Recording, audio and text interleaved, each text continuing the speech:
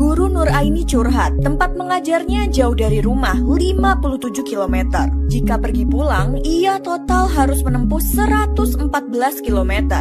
Guru ASN di sebuah SD di Pasuruan itu berkeluh kesah di podcast TikTok Cak Soleh. Jauhnya jarak bikin dirinya sering sakit. Selain itu, ia juga merasa iklim kerja di sekolah tidak lagi nyaman. Nur Aini pun berharap Pemda berikan keadilan untuknya dengan memindahkan ke sekolah yang lebih dekat dengan rumah. Pemkab Pasuruan langsung menyelidiki pernyataan tersebut dan menemukan dugaan pelanggaran disiplin yang dilakukan Nur Aini. Badan Kepegawaian dan Pengembangan SDM Pasuruan 2 kali memeriksa dugaan pelanggaran Nur Aini. Namun pada pemeriksaan pertama September 2025, Nur Aini mengaku kurang sehat sehingga proses tidak tuntas. Lalu di pemeriksaan kedua pada Oktober 2025, ia izin keluar ruangan dan tidak kembali saat materi masuk ke pertanyaan inti seputar presensi dan alasan tidak mengajar. Dari temuan yang ada, Nur Aini diduga tidak masuk mengajar sebanyak 90 hari tanpa alasan resmi.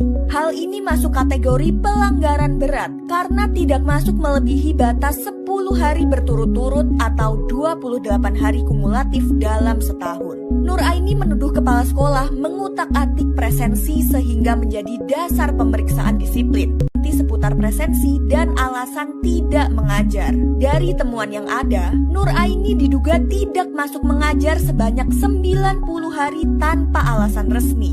Hal ini masuk kategori pelanggaran berat karena tidak masuk melebihi batas 10 hari berturut-turut atau 28 hari kumulatif dalam setahun. Nur Aini menuduh kepala sekolah mengutak-atik presensi sehingga menjadi dasar pemeriksaan disiplin. Sementara itu, Bupati Pasuruan Rusdi Sutejo mengatakan, Nur Aini seharusnya sudah menghitung risiko penempatan jauh saat menerima tugas di SDN tersebut. Gimana menurutmu soal kasus ini? Tulis di komen ya.